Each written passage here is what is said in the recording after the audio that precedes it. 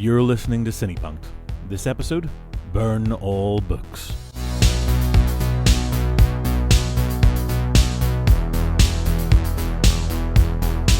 Hello, I'm your host, Robert JE Simpson.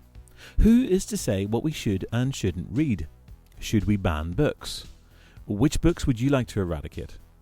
Inspired by Ray Bradbury's novel and the François Truffaut film adaptation of Fahrenheit 451, in this episode the CinePunked team explores issues of censorship on screen and in literature. Recorded in front of a small live audience in the surroundings of the Babel rooftop bar at Billet Belfast, this conversation played out as part of the 2019 Belfast Book Festival. As the discussion makes clear, there was an interactive element to proceedings which was met with some resistance. CinePunk's goal is to facilitate discussion and to prompt thinking, and for our censorship conversation we followed our talk with a book burning. That's right, a book burning. Book burnings themselves have long been associated with oppressive ideologies, states attempting to control their populations, religious fundamentalists attempting to eradicate the faith and teaching of others. The Chinese rulers did it. Chairman Mao bragged about not just getting rid of the books, but the scholars who wrote them too. Hitler's regime attempted to erase any trace of Jewish writing, and more recently we've had ministers leading burnings of Harry Potter books because of their possible occult influence. Book burnings are not new by any stretch, but most of the time they are utilised as a negative force. Our book burning was to be a creative act, and a direct engagement with both Bradbury's novel and the implications of censorship. The following audio is an unedited recording of our censorship debate, warts and all. Please enjoy. So yes, thanks for coming out on this absolutely horrible evening. I know there's not many of you, but hopefully you will enjoy the content nonetheless. Presumably everyone else has taken one look outside, gone, sod that, I'm way home. Which it's always bad form to have a book burning in the middle of a hurricane. You know, it's no one likes that. Summer. It's summer in Northern Ireland. It's beautiful. So we're CinePunked, and I suppose I should do the introductions. I'm Robert JE Simpson. My colleague at the far end, Dr. Rachael Kelly. Hello. And then we have got two guests with us tonight. To my left, Neil Sedgewick. Hello. No stranger to us. He's a film critic, formerly of Films and Faith. Yeah. You've been on one or two of our podcasts. Yeah. And then we have a CinePunked virgin. That's beautiful. Mr. Steven Rainey, BBC producer and presenter and broadcaster type person. I just do whatever they tell me. And I do it well, damn it. So one of the things, so tonight we're going to basically take Fahrenheit 451, Ray Bradbury's science fiction novel, as our starting point, and we're going to talk about censorship on screen and in literary form. Okay. But certainly my experience over the last couple of months when I've been talking to people about this event has been one of shock and awe anytime I mention the idea of doing a book burning. So I feel before we even get into any of this, part of the thing at the end of this tonight, we're going to have a ceremonial book burning. If you have brought a book and you wish to burn it, you're more than welcome to add it to the flames. We each will be choosing something and putting it into the fire ourselves. But in our defence, each of us is involved in some way, shape or form with book publishing, which I think is important. Because we're not just burning books for the crack. We're not, and we're not. I sort of, with my book burning, I want to make the point that book burning does not have to be an act of desecration. It doesn't have to be an act of violence. My book burning is actually an act of love. I'm trying to get past how much I loved this book and how devastating I found it emotionally. So for me, it's an act of catharsis rather than an act of censorship. Whereas I just love burning stuff for the crack. It's we all great love fun, you know. stuff. What more do you want? Just chucking stuff in a bonfire. It's a Northern Irish tradition. This is true. We did talk about this at one point, actually, going to one of the bonfire sites and seeing if we could get the local community involved. Outreach. Neil, any thoughts about this before we even get round to this? Yeah, mine's not going to be like... mine's also going to be in kind of Rachel's vein of a bit of slightly sacrificial... slightly funeralistic to burn part of me away, and then also with Stephen just a burn something for the crack. You don't always get the chance to I burn know. stuff. This I is know, great, it's you know. true. I'm starting to feel I'm the only one who's taken this absolutely seriously. I brought a selection of books to burn. So should have brought a bunch of them.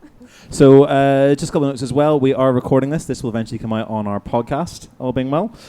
So crew, basically keep the microphones nice and tight to your mouths, and we should be good. Get a nice clean recording. At some point, we will open this up to the floor as well. You're more than welcome to jump in with questions, comments, etc., etc. We have a mic that will stretch, and you can become part of our show as well, which we always encourage. He says encourage. What he means is if you don't participate, he's going to walk up and put a mic in your face. So you might just prepare yourselves now. Looking down won't save you. No, he likes that. Horrible. So, Ray, let's start with Bradbury's Fahrenheit 451 and the Truffaut adaptation in 1966. We've all seen it? Yes. We've all read it? Yeah. No. No. I cheated. I watched the movie. Oh man, no! You I gotta I read watched the the movie. I book. cheated. Sorry. I know I'm going to be that person that goes, well, the movie was not a patch on the book, and I'm talking about a movie that was made by François Truffaut, not a patch on the book. I did for bonus points watch an interview with Ray Bradbury though, talking about the book that he wrote about the film. So Redeemed. yes. Audience members, have you seen the film or read the book? Yes, maybe. Some have, some haven't. Okay. Those are non-committal answers there, I'm just saying. There'll be a short test in a moment.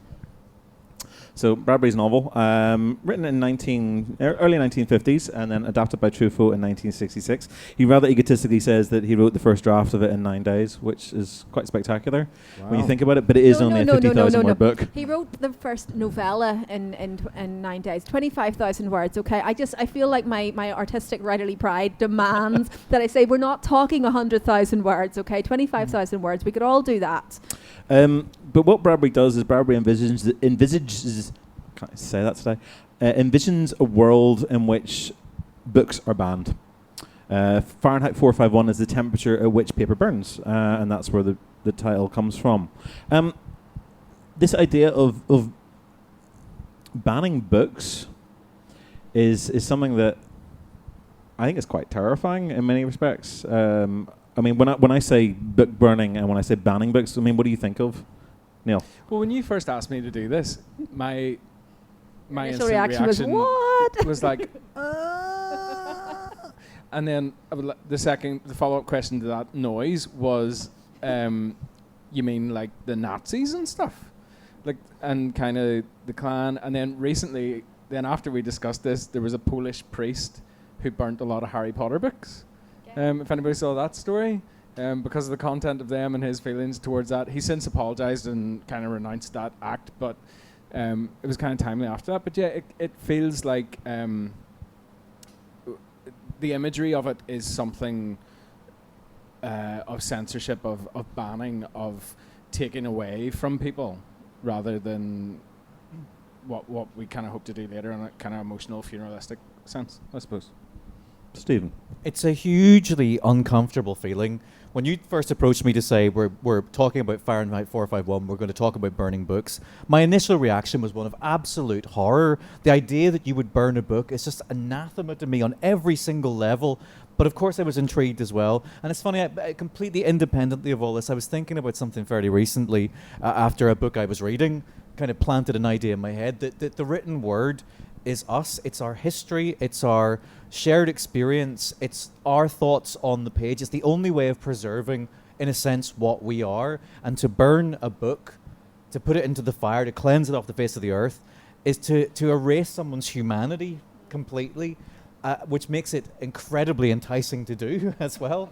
But as you say, the first thing that came into my head was the Nazis and that kind of the oppression of thought, the idea that the idea that ideas are scary and that a book is the perfect repository of ideas. You can take the internet, you can take anything else, narrative history, all of that. A book is the definitive article, and to put that into the flames is a heinous thing to do. See, that instinctive horror, that instinctive anger is excellent. It's fantastic. And I think that is why it's so important to do something like this, to provoke that instinctive reaction, to say, well, okay, that's good. Live with that, sit with that, feel that. Because the scariest thing for me is that in many ways, Bradbury's future is already here. We may not necessarily have systematically wiped out all the literature on the face of the earth, but the ideas that feed into that dystopian society are already here. The short attention span, the retraining people to live in sound bites, the nature of the internet that sort of hits those reward buttons that get us to want smaller and smaller information bites, and the control of information. We're there, do you know? Because we're living in a world right now where the information that we're given is given to us. Yes. It's filtered to us in bits and pieces that we can easily absorb, as opposed to going out there and finding and discovering on an intuitive level for ourselves. Yes. And that's book burning in a way. And very much we unproblematically accept what we're given. We are siloed in our little sort of information caves where the information flows to us that makes us feel comfortable. I mean, that's the absolute conditions for Fahrenheit 451 to happen. Growing up, I grew up in quite a religiously conservative household. Neil and I have talked about this on your podcast. Yeah. Former podcast Films and Fifth. So we've talked about this before, but growing up in a conservative household, my father in his 20s burnt all his records as an act of kind of obedience to the church that he was part of. And so this idea that, you burn a book or that you burn a record or whatever form of media is something that I'm aware of, but for me it's always been aligned with some sort of religious control, ideologies that are trying to perpetuate and try and remove anything else, which I guess is exactly what the Nazis did as well. I mean, they are trying to remove any trace of anybody else's thinking that doesn't align with their notions of what should and shouldn't be.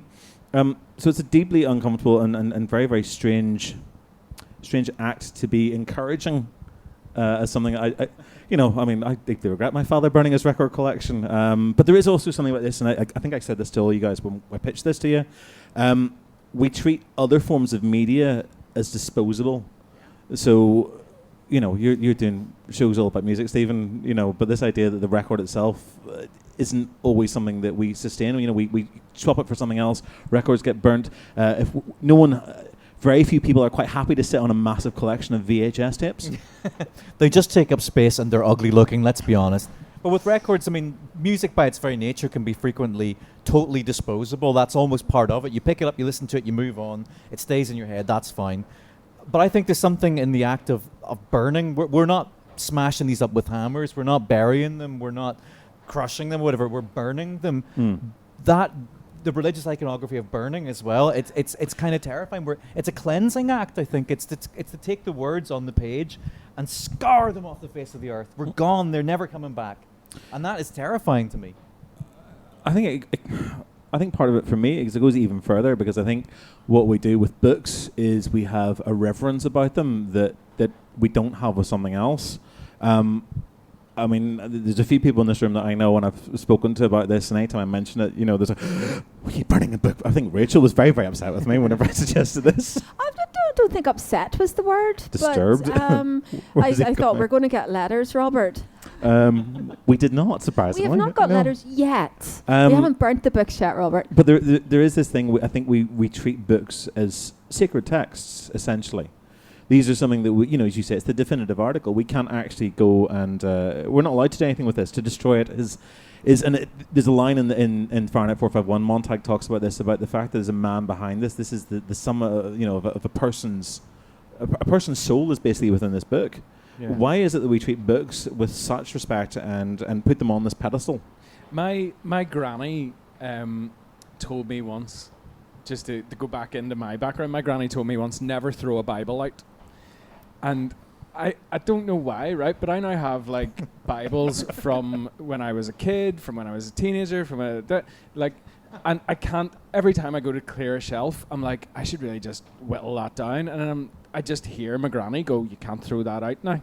That's. I'm not religious, and I don't think I'd be able to do that. I don't think I'd be able to throw a Bible out. Surely that would. Yeah, would I not get struck down or something? Would that? Well, we did have a conversation about this in order to do this event itself, and I mean the act of putting a Bible or something into the flames would have been a temptation, perhaps. Yeah. Although, because one of the things that I had thought about burning was a book from kind of my past, written by a theologian who I probably have no agreement with anymore as well, but that's part of my journey. But then when it came to the bit, I was like, I can't actually burn that, because that is that is part of my story, and also that's part of potentially somebody else's story, and I don't want to dump on that. Do you know, I don't want to do that in the face of somebody else to do that. So I've went for a very low bar option to burn later. We'll get to that later. Well, I don't know, just to come back to the idea of why books, more so than any other form of media, would be considered horrific to destroy. I think writing represents the emergence of civilization. Writing is very much when it stopped being about oral traditions and oral storytelling. It became about recording and sort of historiography and the idea of putting down words that stay. And I mean, it's bound up with all of these things that make us human in a way that other forms of cultural expression, I mean, music, yes, fair enough. Music and dance, they all tie into that sort of emergence from whatever we were before we were sort of thinking cultural beings. But books stay. Books record. Books are permanent in a way that dance and music just aren't. So by erasing those, you are committing an act of violence against that part of humanity that wants to, that the urge to record. Which, you know, music is repressed, dance is repressed, but where books are destroyed, you've lost something that can't be recovered. Because we could be talking about the cave paintings and the knowledge that we can glean from that. And they're, of course, very profound and very important, but the emergence of the written word, of people telling their stories, of actually taking part in the act of recording their stories, is such a hugely important part of our history. And I think that when you erase that, you're actually destroying history. You're destroying something that we can't get back. Yeah. We can't take it back. Yeah. I mean, we talk about recorded history and before recorded history. Yeah. I mean, there's a paradigm moment where we started making sure that we didn't forget stuff. And the way we make sure that we don't forget stuff is because we put it on paper and it stays to whatever extent that it's preserved. That's what makes us human. I think to me, that's the moment where we become self-aware enough that we need to record our history. By the same token, yes, of course, art and music and sculpture or anything like that can be important to preserving our history too. But I just think if you fast forward 10,000 years into our own future, a copy of something like, I don't know, Ulysses by James Joyce will be of so much importance where perhaps a, you know, tape cassette of ABBA Gold maybe quite doesn't have the same resonance. Yeah, and as well, I mean, the sort of the technology of recording sound and recording voice, it changes it, yes, but whereas the technology of recording words on a page, I mean, we're still really using that same much technique since the papyrus has got better. The papyrus got better, yes. The means of preserving it got a little bit more efficient, but is there not an issue with that as well, that when you think about the written word is understandable by those of you who speak the same language. It's actually quite a limited medium, and it does language evolves over time. 1,000 years ago, you know, we things like Anglo-Saxon, and most of us now, if we were going to look back at an Anglo-Saxon text, the best text in the world ever, we're not going to understand them. No, but I mean, when you talk about the Rosetta Stone and the way that opened up Egyptian hieroglyphs, I mean, there are ways of re-accessing information that where the means of communicating it has been lost, but the information is still there.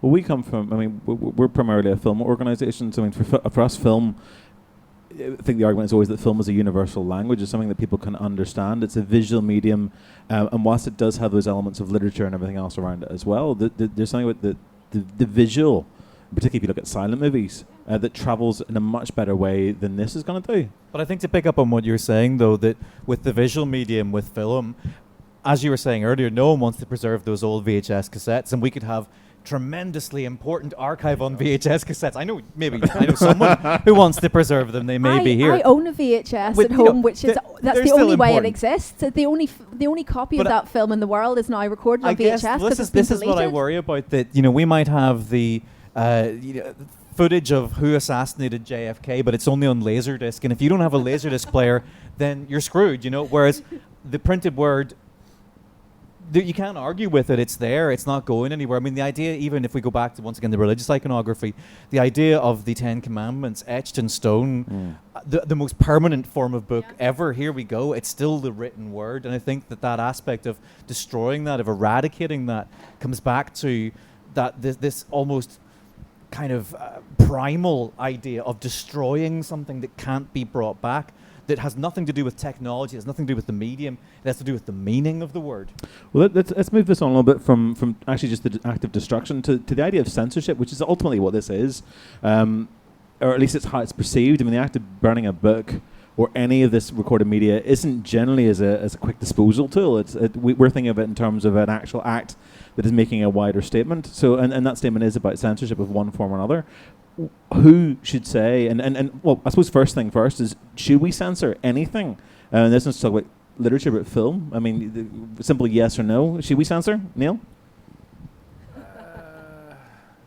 I made that noise again. You did. Kept the microphone far away from his mouth, so I'd have to dub him in afterwards. Should we censor? Oh man, that is such a hard question. My gut reaction is no. I think for me, everything has to be out there and available, and it is your choice if you wish to access it. I don't think in some ways when you censor something and you put a prohibition on it, it actually makes it more appealing. So like, we had a conversation about The Exorcist and the fact that when we were younger, you couldn't watch it, you couldn't get a hold of it, wasn't allowed, and that gave it such like an appeal on VHS. I mean, I couldn't wait to watch The Exorcist. Yeah, exactly, because when somebody tells you can't have something, there's automatically more of an attraction to it. So when somebody says, oh, you shouldn't read that, I'm like, well, why not?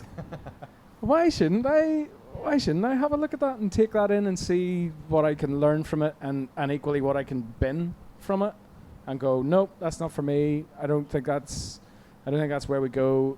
Thank you. Good night. No. So no. I don't think so. Rachel. Well, I mean, my gut instinct is to say similar. That censorship doesn't feel like a particularly sort of positive or in any way benign concept. But then the other part of me goes, well, we have laws, we have restrictions, we have things that can't be done. I mean, if we have things that are not allowed, then surely we have to restrict things that can be seen or read. The question then becomes, on what grounds does that take place, and who gets to say what grounds those? Because I mean, it's the exact same hesitation that you have, Neil. Is that when we did this conversation a few months ago, when we were talking about the line between art and pornography, the conversation arose that in other parts of the world, pornography is much less taboo than it is in the UK and in America and in other countries like that, and it allows for a healthier engagement with sex and sexuality amongst young people, because by making pornography something that has to be censored and something from which we have to protect young people, we're effectively saying that sex itself is taboo. You shouldn't be watching that because that's not for you. Well, if that's the only place that you can get it, then is online pornography, which God knows is not a particularly healthy expression. I'm not trying to kink shame anybody at all, but that's not a realistic depiction of how sexual relations happen in most committed relationships. The expectations and the studies that are being done showing that young men have these expectations of sex and sexual relationships these days that are rooted in what they've seen in online pornography, which is just deeply unhealthy and unrealistic. And part of that stems from making sex and sexuality taboo. So censoring that and calling it, I mean, it's only taboo because it's taboo. Who makes that determination? Would that be more accessible, I suppose? I mean, because the access to that is not restricted, so it's not strictly censored but at the moment. There are laws coming in about sort of making you prove that you're 18. It's such a tricky thing for me, because we're talking about that an idea that it's creating unrealistic expectations for people. It's giving them ideas that are not based in any kind of reality whatsoever, and then reality is suffering because of that. But we're not at the moment saying you can't see this. If anything, it's never been easier to see it. And I kind of wonder, has that freedom to access that stuff created, I mean, the lack of censorship in a way has opened the door for a kind of expectation that's not practical. Well, it's opened that door because that's the only point of access. If the door was open to sort of seeing other representations of sex within, a loving, committed relationship, then, and it was easy and it was accessible and it was expected that you would watch stuff like this. I mean, the guy was talking about a family he stayed with in either Holland or Belgium, where he went downstairs and this 12-year-old was watching a fairly graphic depiction of sex on television with his parents, and he was horrified, and the guy was completely confused by why would this be a problem. And that thing, the thing where you're a teenager and you're watching a film, all innocence, and the sex scene comes on and you're there with your mum, and you're like, Mum, I have no idea what they're doing, I wouldn't actually have any clue at all. That doesn't exist where it's not taboo. And I mean, that teenage me would love that to be the case, because I'm deeply scarred from a number of experiences with Mum. I have no idea what she's doing. Like I'm 38 years old, and I can just say Total Recall, Arnold Schwarzenegger, 3 boobs. That's all I'm saying. That's what that film is known as for me. So But it's not just about the sexual censorship either, which is, I mean, we've talked about this on with the program before. But this is also about censorship of ideas and ideologies and everything else. I'm actually going to risk reading a passage from this. So Bradbury himself, there's a section where they're actually talking about the process of censoring. And he says, I've got a paragraph here for you. You must understand that our civilization is so vast that we can't have our minorities upset and stirred. Ask yourself, what do we want in this country above all? People want to be happy, isn't that right? Haven't you heard it all your life? I want to be happy, people say. Well, aren't they? Don't we keep them moving? Don't we give them fun? That's all we live for, isn't it? For pleasure, for titillation.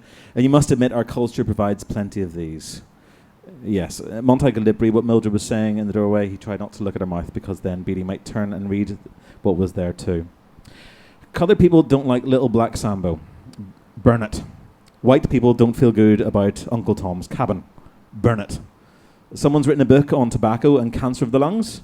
The cigarette people are weeping. Burn the book. Serenity, Montague. Peace, Montague. Take your fight outside. Better yet, into the incinerator. Funerals are unhappy and pagan. Eliminate them too. 5 minutes after a person is dead, he's on his way to the big flu. The incinerator is serviced by helicopters all over the country.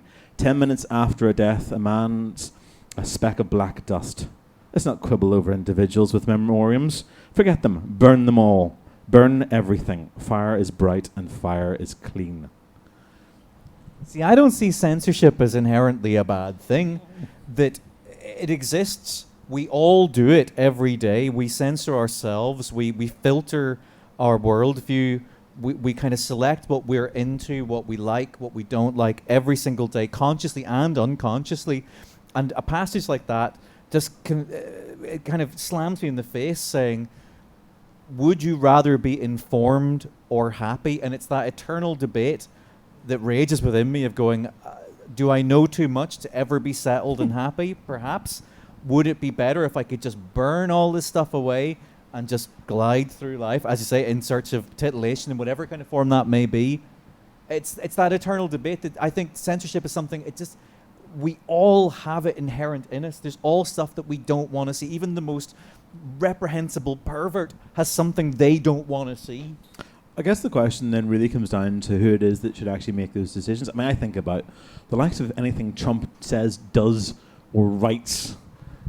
I mean, particularly his writing, which I can't help but find myself being entertained by. He has a unique writing style, I will give him that. But there's this feeling that I just wish that there was an editor along lines who would just go, nope, that's not going through.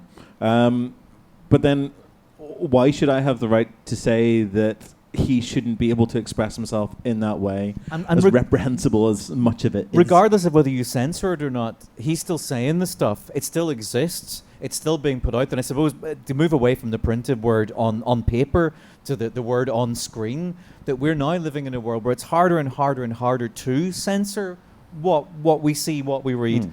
And this is where this self-censorship idea comes in, that you can block things on your Twitter feed or your social media feed. You can take them away so you don't see them. Does that mean they don't exist anymore? No, absolutely not. And previously we would have lived in a world where the burning of religious texts, of sacred texts, may have eradicated an ideology. That can't happen anymore, at the moment anyway. So I kind of wonder, the censorship, it's almost censorship as a self-defense mechanism against the horror of the world. Well, we're also looking at it from a very, Western European ideology as well, and it's, if you go into another country, then the censorship issues are much more prevalent. I mean, you've a thought, Neil, I can tell. No, I just what you said about censorship and keeping you from the horror of the world. Like growing up here, like there wasn't a news bulletin in the car that didn't get turned down by my parents. Do you know, like when stuff was just going mental. Like, so there is a bit, and the social media thing is so prescient now too, where you can turn all that stuff off and you can switch off certain terms. But then what I find is, as depressing as it can be when you leave yourself open to all that stuff, your Twitter timeline becomes an echo chamber. Yeah. You're no longer informed. And then you become that world that they're talking about in the book. You're in the Fahrenheit 451 world where everybody's in this blissed out state in your Twitter timeline, just going, isn't the world great, and isn't this puppy cute, and blah, blah, blah, blah, blah. Look at my dog did yesterday. And that doesn't sound so bad. Well, I know, but it doesn't. It also leaves you, I think it leaves you in a state of numbness then, because you can't possibly access a full range of feeling about injustice in the world, and you can't, because for all the reasons I disagree with Trump, what I have to try and understand is why there's a whole load of people underneath in the comments section going, "Here's the best president we ever had." Like I have to try and work that out, and how then you can engage with those people and go, do you really think, like, can we, and not argue, which is very hard in a social media world, but to discuss the pros and cons of whatever the issue is? I mean, it comes down to that horrible insult that's being thrown around, people who don't want to hear hate speech against people with a lack of power, but the right to not be offended. And I don't think we have a right to not be offended. I think being offended is actually really good for Is that a debate. human right then, to be offended? Is actually the human right that we should be campaigning for? Well, I mean, when what Montag's talking about there sounds alarmingly like the right to not be offended, the right to police the terms of the debate so that nobody gets to feel bad about anything. I think we have a right to, in any sort of society, is a right to live free from fear of persecution based on any of the key reasons why people have historically been persecuted in terms of religion, sexuality, race, all of those. But that's why we have laws against hate speech, and I think it's entirely appropriate that we have laws about hate speech. But I recognise that we are absolutely opening ourselves up. We are one sort of malign intent away from hate speech being criticism of the government. So we it is in America. It is. I mean, it's yeah, presidential harassment. Yeah, that's it. And we rely on everybody playing to the same rules when we have laws against hate speech. So this, the idea that, I mean, and that's part of, for me, the problem of self-censorship is that we do allow ourselves, and I wholeheartedly admit I 100% curate my Twitter feed so that I don't have to read things that annoy me, because quite frankly Twitter's bad enough on some days to get through without seeing people spewing bile. But at the same time I have to make the conscious effort to go out and, as you say, Neil, engage with people whose views I don't agree with, and sometimes people whose views I find abhorrent. Because it is important to be offended and to those views exist. They don't disappear if you cut them out of your world. They're more dangerous if you don't acknowledge them. Absolutely. I mean, like on a base level, let's just even take the idea of going on your social media feed, whatever it might be, and avoiding spoilers of things. God. That's a form of self-censorship. We don't want to see what's happening. We don't want to see what's happening in the world. And on a basic level, that's self-preservation. That's what all censorship is a kind of preserving one's own view of life. As somebody who was a week behind on season 8 of Game of Thrones, there's a special level of hell reserved for people who post spoilers immediately after it airs. I just have to throw this one out here, it's just to get it off my chest more than anything else, where I happened to be browsing on Reddit, and it was a picture saying, hey, do you remember these things that were in our lunch boxes as kids? And it was little sandwiches and certain kind of sweets, and a list of everyone who perished in Avengers Endgame before I'd seen it. And I've got to say, I was ripping about that censorship I could have dealt with. They're in that same special level of hell, don't worry. Absolutely. That's even worse. To bring this back into the literary world, there is something when you look at Fahrenheit 451, I think you can't help but also think about 1984, Orwell's dystopian future of where we are, and I'm not quite sure whereabouts it is we exist right now between the two, but there is something decidedly uncomfortable about the world in which we live and the level of monitoring that goes on, the level of echo chambering that goes on, and censorship. And it's not just censorship, but actually, more than that, very, very controlled and policed material. I kind of think, actually, the book I'd like to throw into the discussion was Huxley's Brave New World, which was itself banned. Which was itself banned, of course. And it still is one of those books that I read as a young person, and it's had such a profound effect upon me, where you if anyone has not read the book, it's about it's a utopian dystopia where they've created the perfect society, but there's still that natural human element to rebel against that. And I think with Huxley's worldview, there's this lingering suspicion that this controlled, drug-fueled, deadened society is actually preferable to the world that we live in, that there's something about that is actually enjoyable and something that will help benefit our society. And I think if we look at the likes of Orwell's 1984 and then Fahrenheit 451, that there's always this impression that this tightly controlled, censored world is a bad thing. With Huxley, it throws out that notion. As I say, it's something, it's an eternal kind of conflict within me of going, is it that bad to have your worldview limited, to not be exposed to the horrors of the world, to the stuff that you don't want to see, that we maybe shouldn't see? Is there a benefit to having your worldview restricted? And it all comes down to censorship. Ooh. I'm thinking about this one myself. Do I wish to live in that little bubble of happiness without any... I think if you think about living somewhere like this, you know, growing up whenever we did, and actually looking around, I would say most of us did, you know, there was that point where you could actually get through the troubles without being aware of it. And even today, I mean, people are still very ignorant about what actually is going on in certain parts of Northern Ireland, which is why then you get something like what happened in Derry a few weeks ago suddenly shocks people out of their system, because they've been living in this little bubble, pretending everything's okay, having that sanitized, self-censored, controlled view of our situation, and fed all the lines about how it's great because it's like I saw a time in it, when it's not. So actually, I think where it has an impact and where I think it is powerful and possibly potentially quite useful is whenever, as a society, we have become so numb to reality that it then allows a simple event to shock us out of that and get us to think again. But the problem is that we're living in this kind of numbness for so long that we become effective sheep. And whilst it's nice to not have to worry, we all like to do that, it's a very false world we live in, and I don't want to live in that. To kind of play devil's advocate for a moment, because I want to stress I'm not this kind of totalitarian fascist dictator who wants freedom crushed into a sand.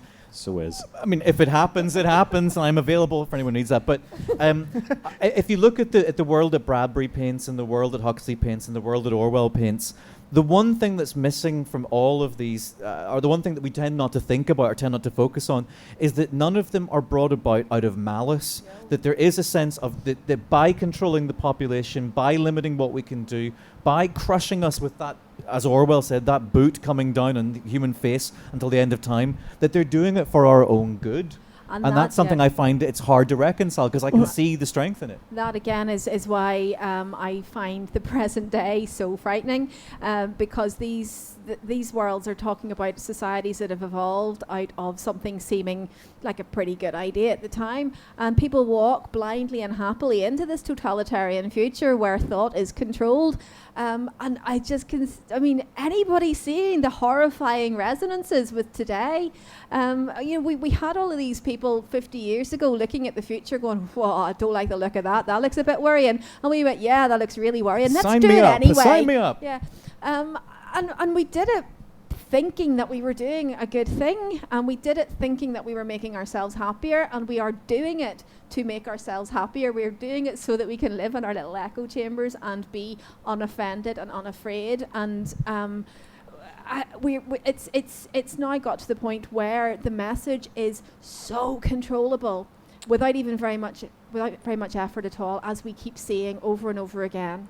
Well, the problem is that somebody ultimately has to make the decisions and decide that, what is and what isn't acceptable, and we default to somebody, and we've got to trust that they're the right person to make that decision, and who has the right to make that decision. So self-censorship is maybe the only way of doing it. Yeah, that for me is why when I say no to censorship, it's because all that stuff is happening. I think we have to try and read everything. Well, not everything, but that's the impossible task. Clearly you've seen my unread book pile. But you know what I mean? Try and take in bits from all along the spectrum, because otherwise you do end up in that totalitarian state and thinking, and all those dystopian futures that we read about and we watch.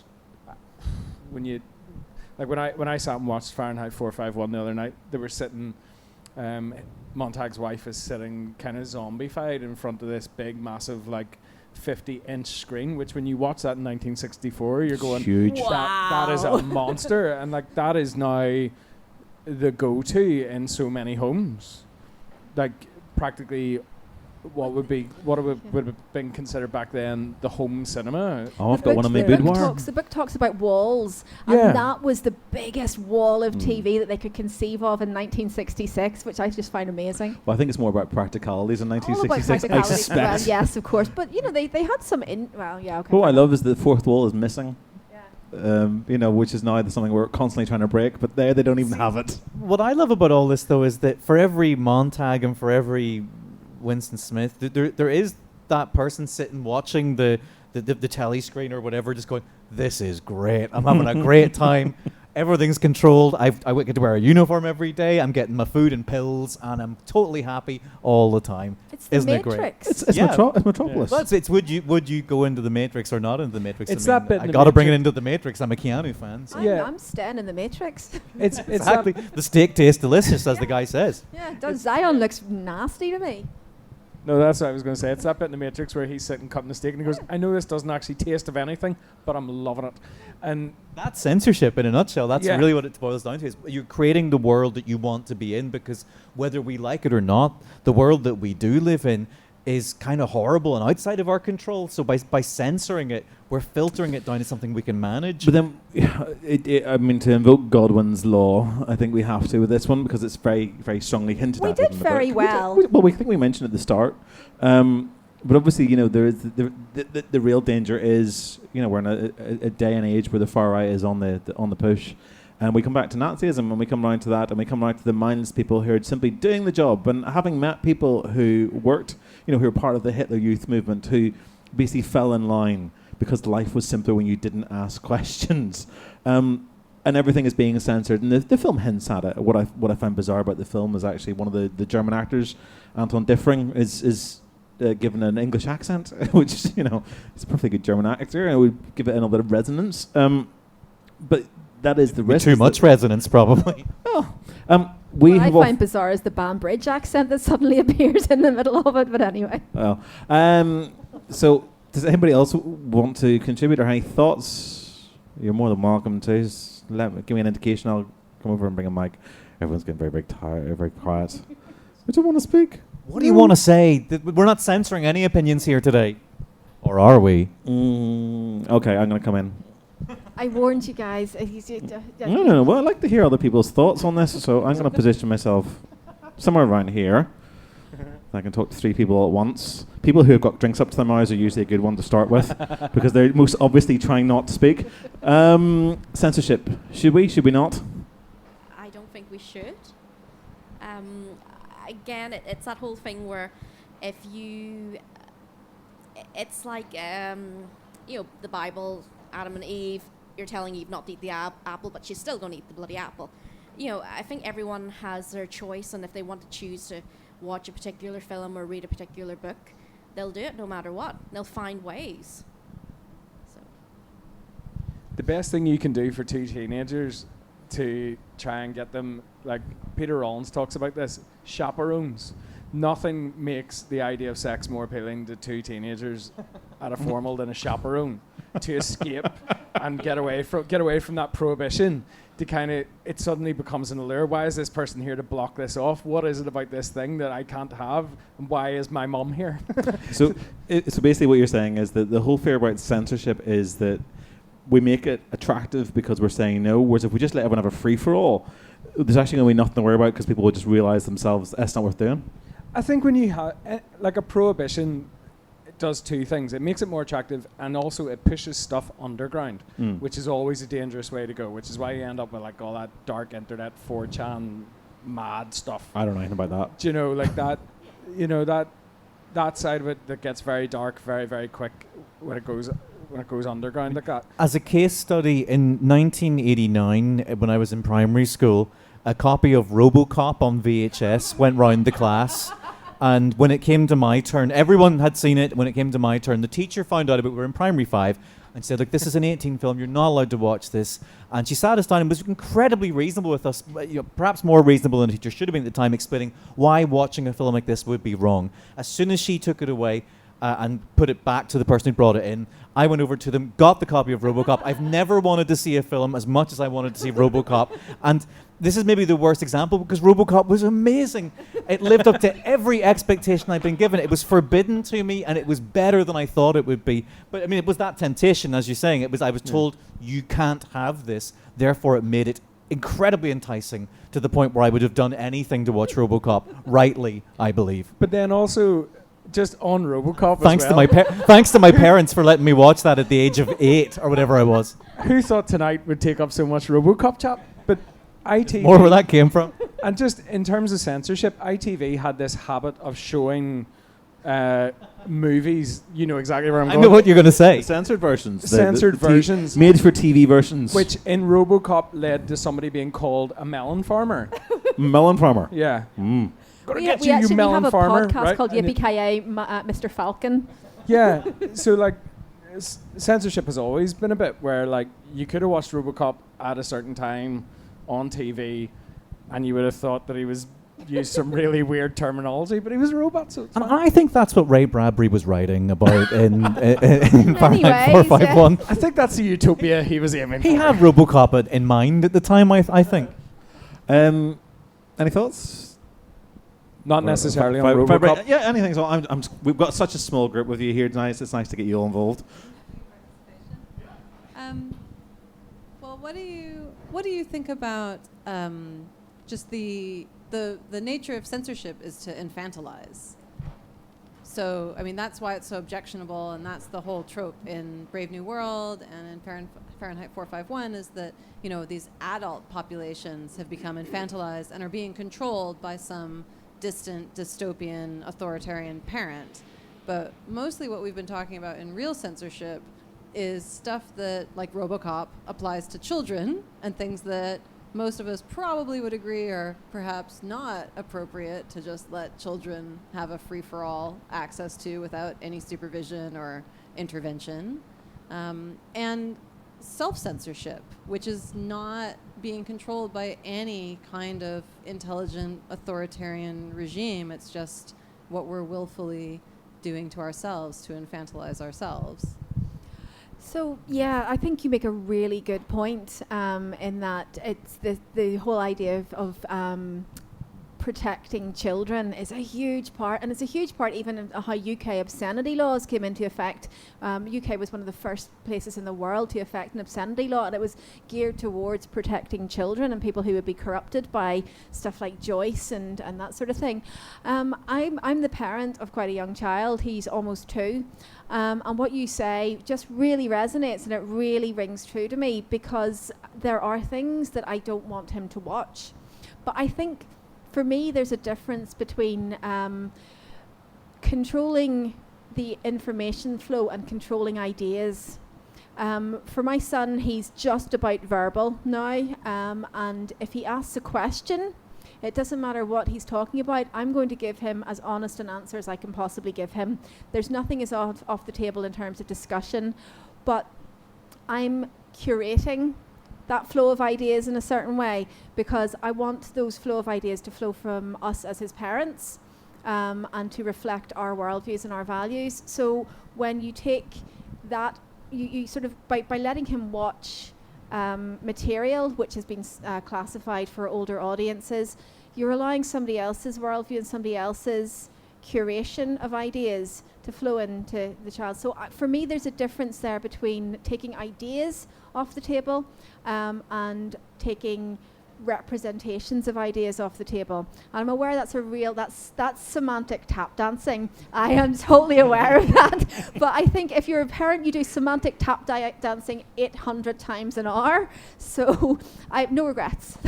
But it's that eternal kind of debate, though, isn't it? That as a parent, you want to censor the materials available to your child, but you wouldn't be able to censor that material if you hadn't encountered it yourself. So I talk about myself seeing RoboCop at the age of 9 or whatever it was, that if I hadn't seen that at the age of 9, I wouldn't know that that kind of stuff was maybe what I shouldn't have been watching at that age. And if I had a child myself going, well, actually, I wouldn't want Junior watching RoboCop at the age of 5 or whatever.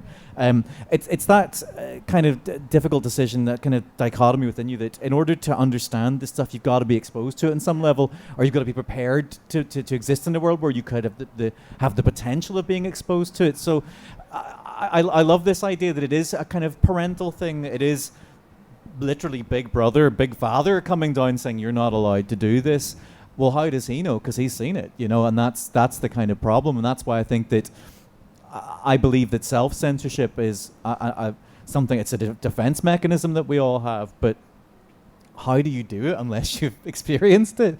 It's a tricky one. I mean, to give an awful example, I once found myself in a situation where I was unfortunately on live radio having this conversation, where I found myself maneuvered into saying something that I absolutely didn't mean to, where the video for Wrecking Ball by Miley Cyrus had just been come out, and if anyone remembers that one, it's pretty suggestive. She's in her pants or whatever, licking a wrecking ball. And the conversation on one of our flagship news programs was, is this pornography? Should our children be exposed to this? Is this disgusting? And I found myself saying that as a kid, I saw far more suggestive stuff than that on MTV when I was growing up in the 80s and 90s, and it didn't do me any harm. So if anything, you should let your kids watch this. In fact, if anything, make your kids watch Miley Cyrus licking a wrecking ball, because it'll give them such a healthy view on sexuality like I've got. And as soon as the words came out of my mouth, I found myself going, what are you saying? Why are you saying this? But I did. So it's that kind of thing where I want people to be protected from images that will horrify them, that will scar them. And I think scarring is what I'm kind of getting at, things that are traumatic, that never heal. But at the same time, someone's got to see that stuff because it is out there.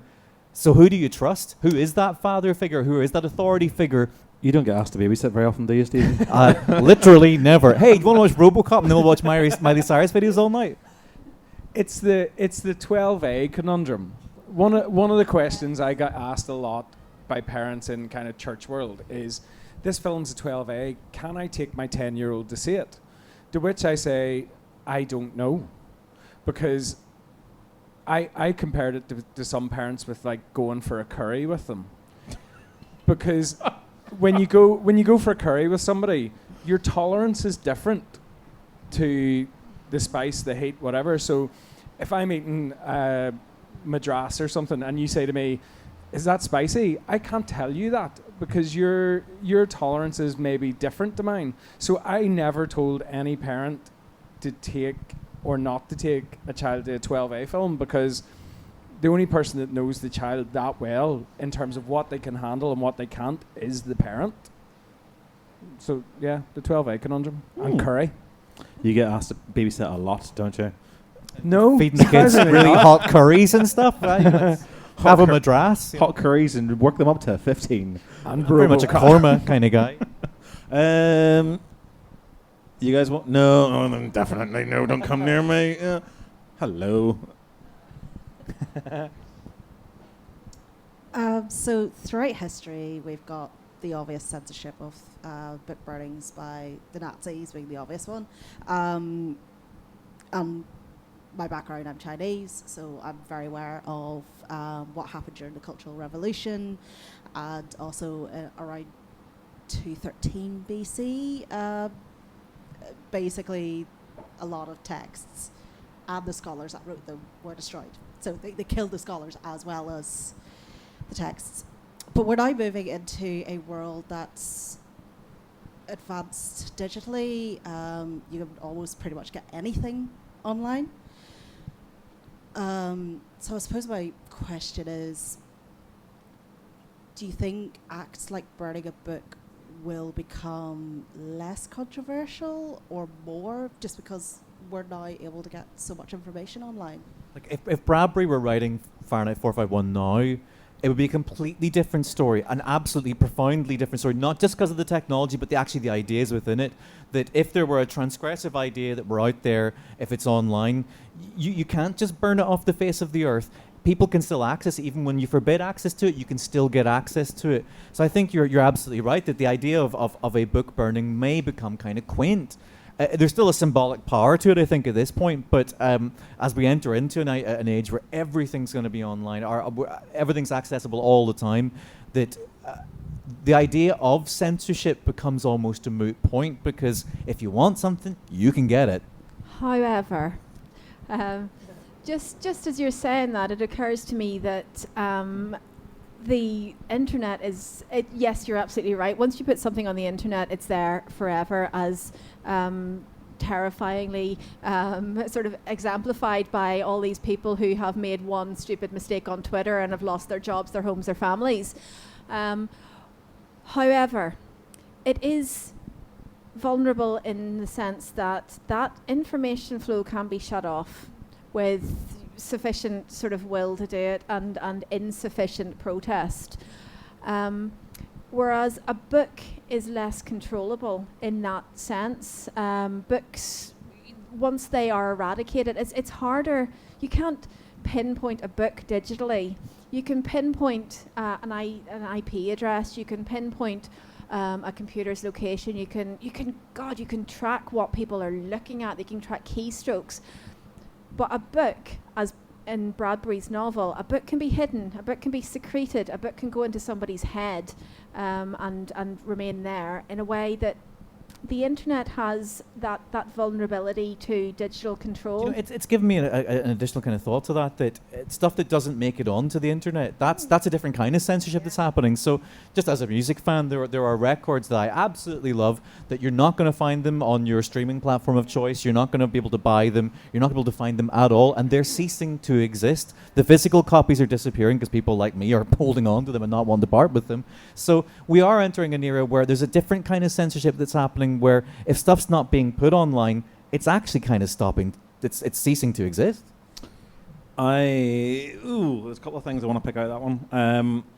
I guess as a collector, I'm well aware that I have stuff that other people don't have, and I'm quite happy for that, to be honest. The joy of being a collector. Yeah, it's like, you offer me money for it, you're still not getting it, that's fine. And I mean, certainly that comes with films, it comes with paper ephemera, it comes with everything. So that is an interesting point. I mean, putting it online doesn't necessarily last forever, because I've been doing some research on some people who have been gradually removing their online traces. Not quick enough for me, thankfully. But yes, so I don't know, it's a weird thing, but I'm glad you brought up the stuff about what's happening in China, because apart from anything else, you sent me a whole bunch of links that I have tried to get through. So it is this weird situation where, you've got people who, the Chinese government can literally censor the stuff that their population can read online.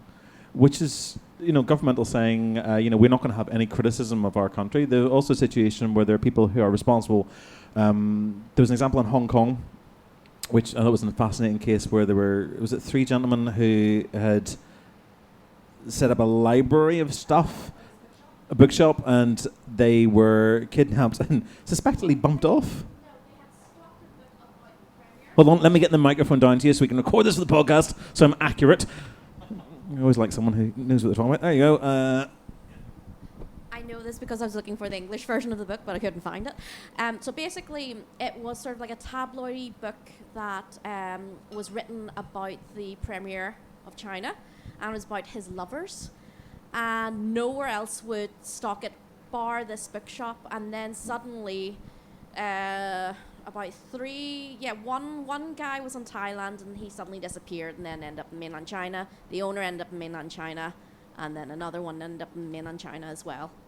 So yeah, it's that sort of, it's a very scary situation at the moment in Hong Kong, since it's been returned now from the British to China at the moment. I remember years ago, I had a friend who was a Chinese student, and she was staying over, and the Da Vinci Code came out, and I read it, and it was okay, and she said to me, you've got the Da Vinci Code, and I said yes, and she said, can you tell me what the ending's like, because apparently they've censored our version.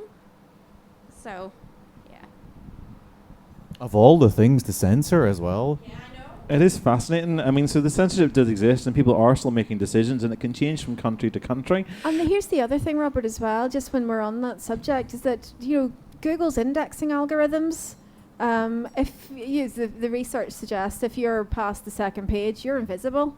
So if you have a dissenting opinion on something and you don't get the hits or whatever arcane alchemy Google's indexing algorithms employ in order to get you onto, that doesn't exist. So while it exists, while it's out there, the chances of it being seen are being controlled by a corporation, which they're not subject. I mean, the US has First Amendment protections for free speech. Google's not subject to that.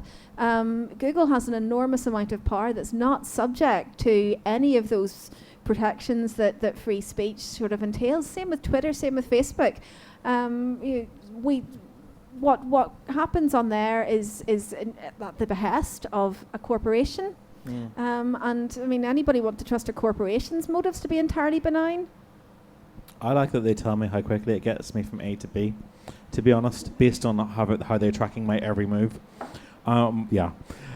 Now, we're going to get to that part of the evening, I think, where we're going to consign some literature to the fires. Burn-in. My favorite bit. This is what you're here for, isn't it? Out of curiosity, did anybody... What's that?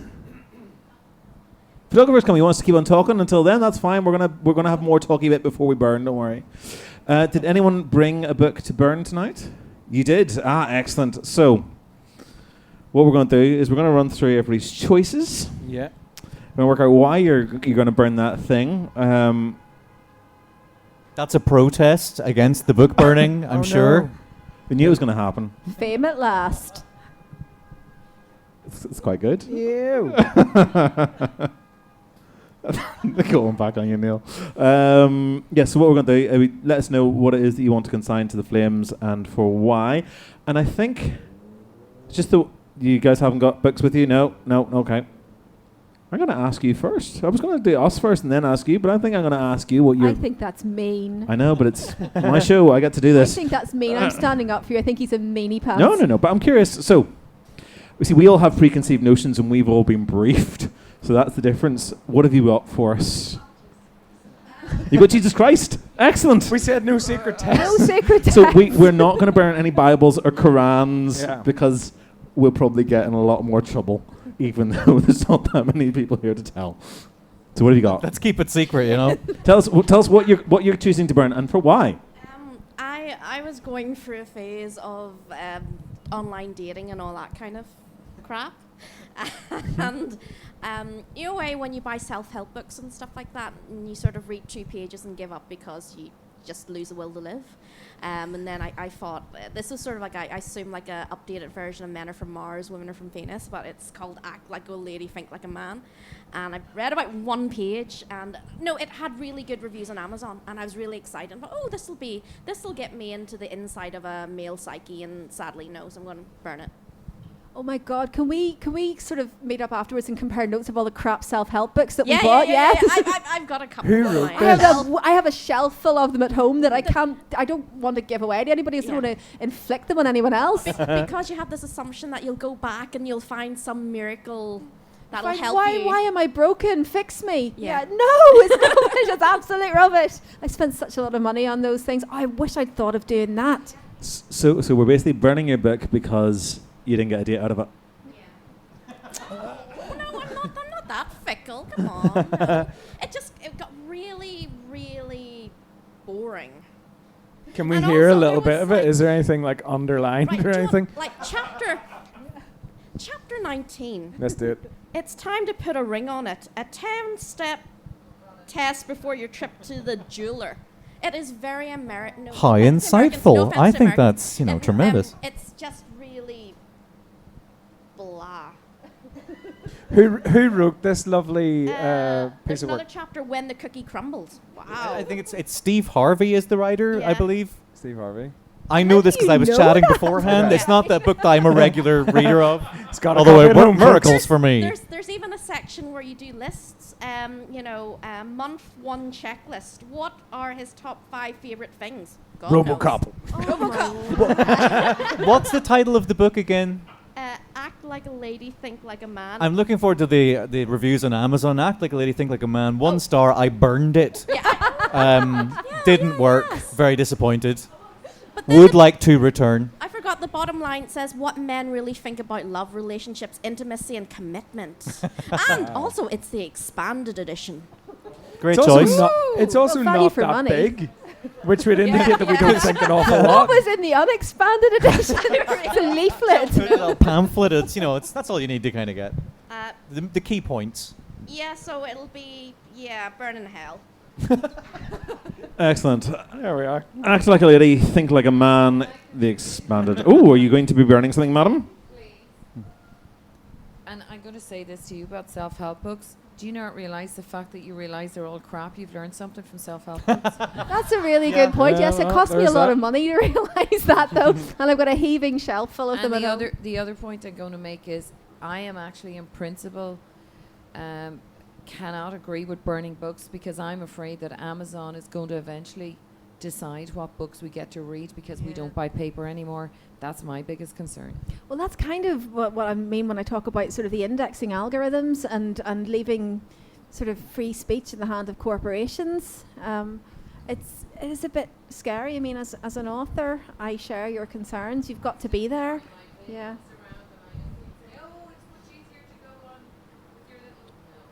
I have a friend who owns a Christian bookshop in East Belfast, and I go to him regularly to get stuff that I want to read. And a book that I bought recently from him, I bought for $9.99. I can buy that book online for $5.68 from like Wordery. But then if I do that, then he's not there anymore. And that part, ironically, I went and bought a book in a supermarket tonight to kind of make this point about bookshops in a weird way. Can I talk about what I'm going to burn? Yes, please. Right, Okay. so- Neil would like to volunteer. I went. Yes, madam. If you were here for the start of the evening, we're all going to be burning books. Yeah. Yeah. So we're also Well- recording this for a podcast. So if you just let us kind of do this on the microphone, because if you start off microphone, we don't pick you up, and it's just slightly awkward. So I spent £4 tonight in Asda, and I bought because my Other plan was supermarkets are we- available. Other supermarkets are available. In my workplace at my 9 to 5, we have a lending library where when you finish a book, leave it on the shelf, somebody will pick it up and take it. There has been a Dan Brown book that has sat there forever. And it was going to be the book that I picked up to come and burn tonight, because there was a point in my life where I was on a train and everybody was reading the Da Vinci Code. And I fell into the trap of, why is everybody reading this? So I bought the book, and then I went, why is everybody reading this? It's terrible. So I was going to burn Dan Brown, but I forgot to lift the book. So I quite like it. I went to Asda. We'll have a fight about this afterwards. And It's a page turner. I spent £4 because part of the reason I'm talking about my friend's bookshop and bookshops in general is because as much as Amazon contributes to it, I think supermarkets do as well. This cost me £4, right? Now this is The Mister by E.L. James, the author of 50 Shades of Grey. And the books that you get in a supermarket, and it's not to demean anybody who picks anything up in a supermarket, that's not what I'm saying, but they are very... the range that you have available to you is very mediocre, is almost censored to a certain type of author and a certain type of book that you can pick up, particularly in terms of fiction. And yet, so London 2019, life has been easy for Maxim Trevelyan. With his good looks, Ooh. aristocratic connections and money, he's never had to work and he's rarely slept alone. What a hero. character. I like him. So that's why this is going... Have you straight read it? in the fire? No, I literally bought it here. You bought it to Brought- burn without having read it. I feel E.L. that you're being James, slightly death unfair for on that. this book, Neil. Death for It that. might be a literary masterpiece. And also, I've brought my own little notebook because part of what I used to do in writing and stuff, I just want to commit to the fire and step out from behind a pre-existing logo to be me and to just do that. And so that's the kind of sacrificial, funeralistic bit of that. I've been impressed since you told me you're going to do that. I am going to find watching you put that into the fire very emotional. I'm slightly worried that I might shed a wee tear for it, to be honest, but it sometimes... Are we talking about the Notebook or the E.L. James book? No, for no, tears? I just want to make sure. I want to clarify that. Notebook. Sometimes I think you come to a point where you realize that things have to go, and in the sense of being able to put something in the fire and watch it go, there'll be a bit of a catharsis in that. And I did say to somebody recently, like, may the fires that we burn light the way to something new, and may the fires that we've burnt show us how far we've come, which is kind of what I'm doing with the Notebook. So there you go. I think that's amazing. I just want to jump in with a little comment from John at Belfast Books, who can't make it tonight, but he said he'd like me to make the point for him that it's manuscripts that haven't been edited that need to be burned, not books. So that's kind of what you're doing, really. Yeah. Burning a manuscript. Yeah. Rachel. Yes. So I have sort of thoughts about this. I mean, I'm an author. I write science fiction, and I have published a novel in science fiction. So I have thoughts about burning people's work and using that as a commentary on artistic quality, which is really not what I wanted to do at all. I considered burning my own book because I thought that I feel I have the right to do, because it's mine, it's work that I created. But in the end, that felt a bit self-aggrandizing. So the book I've chosen to bring tonight, on reflection, is actually not the wisest choice. Nothing to do with the fact that it's one of the top 10 most challenged / censored books in America. According to the American Libraries Association, which only occurred to me after the fact, which was a bit of a, although I think that's a good conversation to have, and the reasons why it's been challenged and the reasons why people are pulling this from school curriculums, and whether people have the right to say children shouldn't be reading this for whatever reason. But anyway, I think that's part of the conversation to have tonight. But for me, the reason I want to cast it into the flames is out of love. I mean, this book emotionally devastated me, and it threw me into such an emotional tailspin. Books rarely affect me to that degree, and for me, putting it into the flames is part of the catharsis. It's part of a letting go of that feeling that it gave me, which was an amazingly powerful feeling, and it's almost an act of reverence for me. It's about saying, I want to let go of the way you turned me inside out, so I'm letting go of this book. So yeah, that's my reasons for wanting to burn it. It's The Kite Runner. by Khaled Hosseini. If you haven't read it, do yourself a favour. It's yeah, I mean, I can see where the challenges come in, but it's well worth reading. It's a fantastic book. Just don't pick up the copy that you're throwing into the fire. No, don't do that. Take your hand out of the fire if you want to read it. Stephen. I'm going to be pretty to the point here. I'm going to burn a book called 50 Shades of Grey by E.L. James. She's getting a good running tonight. But I want to make it perfectly clear. I'm not High five. I am not burning this book because of what's in it. I have no real opinion on what's in it. Is it what it left out? That's the real saucy bits. Through my work in the BBC, I've presented programs about reading, about books, and something that is a real kind of cornerstone of what I believe is that whatever you read it and enjoy it. It really doesn't matter what it is, as long as you enjoy it and get some sense of enrichment from it. That's the important thing. This is a book that has opened the door to reading for so many people. So I want to say I'm not burning 50 Shades of Grey. I'm burning this copy of 50 Shades of Grey, which I believe to be haunted.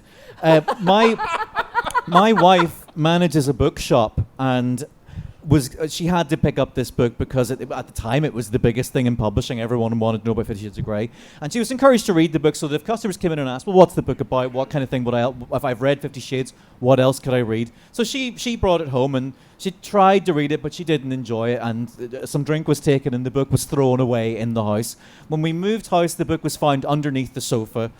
We thought that was the end of the story. We moved house, there it was again. We thought we'd thrown it out, but it came back. Then we moved house again, and it appeared in my bookshelf. I don't know how it got there because it was thrown out, but it's the same copy with the same sticker. So, in the name of all that's holy, I'm burning 50 Shades of Grey, the cursed copy. As an exorcism? Exactly. I mean, I want, whenever we burn this, stand well back for whatever demons come out of this book.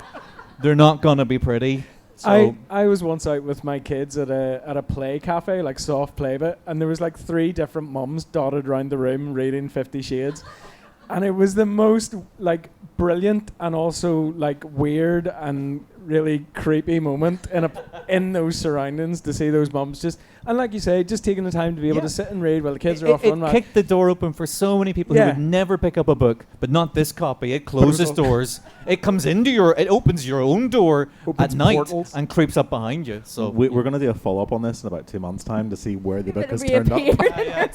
It'll be behind my bed or something, you know. Stephen's haunted under my pillow. You tried to burn me, Stephen. Why did you do that, Stephen?